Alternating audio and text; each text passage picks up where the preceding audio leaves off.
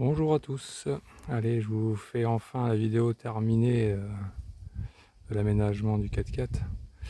Donc voilà, nous venons juste d'installer la tente Deb, chez Deb Équipement, qui est une superbe tente de très bonne qualité. Avec un matelas assez épais, je crois qu'on est sur du 6 ou 8 cm d'épaisseur, donc très très confortable, mémoire de forme. Et je vous fais un petit tour de la tente montée.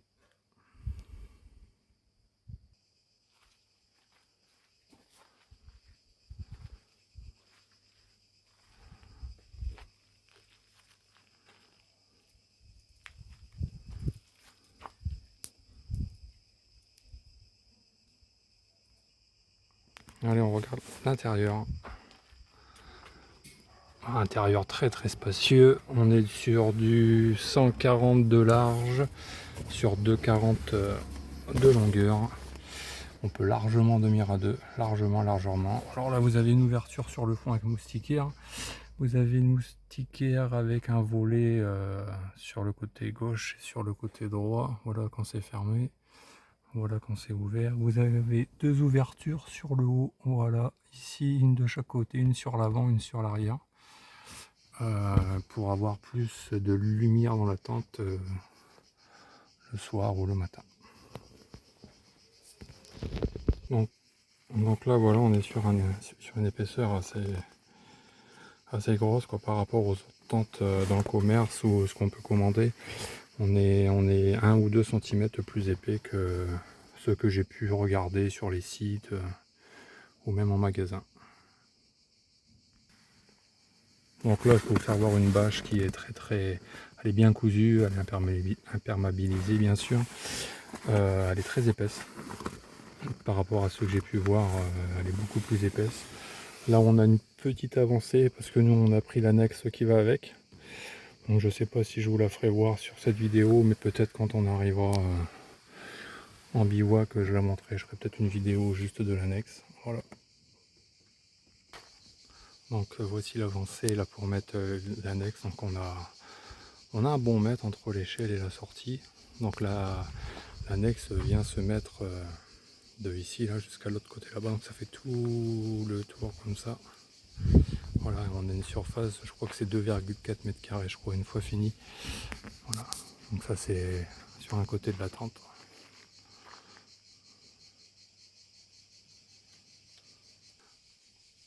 Voilà, même sur l'avancée de la tente, on a, je vois pas bien avec le soleil, on a une ouverture aussi là, si on veut un peu plus de lumière. On a des rangements à chaussures qui viennent se fixer, il me semble, ici. Donc le long de la tente, donc ça prendra ici le long, et on a deux rangements à chaussures, un à gauche et un à droite.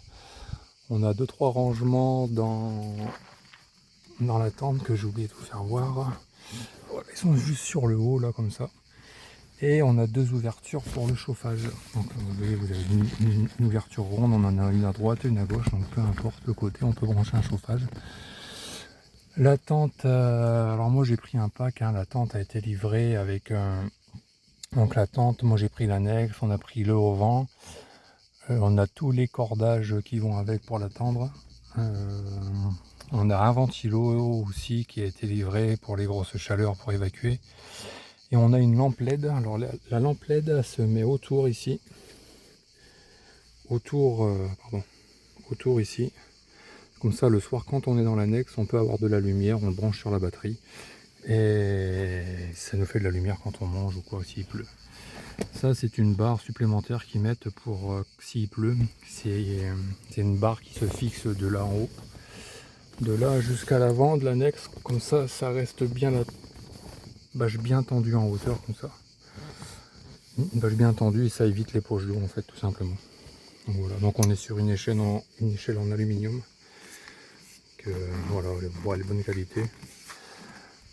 Les attaches standards hein, par contre. Bon par contre le seul petit bémol pour moi qui me semble un peu juste, c'est les attaches quoi. Mais bon, je m'aperçois que il y a énormément de tentes qui sont fixées comme ça. Bon, on verra dans le temps si ça fonctionne.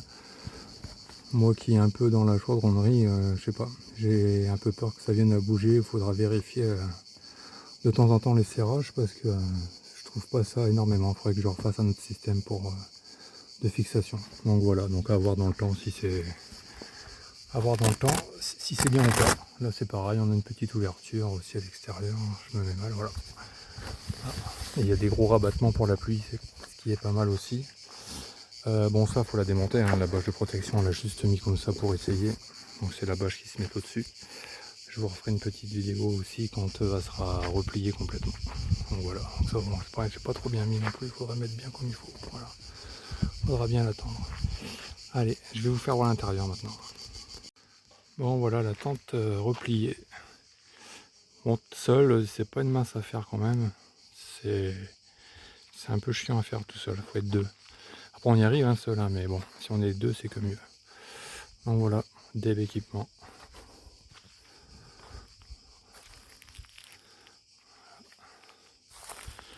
Allez, on va monter le haut-vent et je vous ferai voir ça aussi. Bon, pour ce qui est de l'intérieur, alors voilà, bon c'est chargé comme une bourrique. Hein. Donc là sur le haut, si vous vous souvenez, sur les premières vidéos, j'avais fait une grille, on a posé la table, on a posé des sacs, des draps. Là on a mis la tente pour se laver, les panneaux solaires pour recharger la batterie. Là on a la batterie Fossibot 1800 watts. On a un frigo Vévor.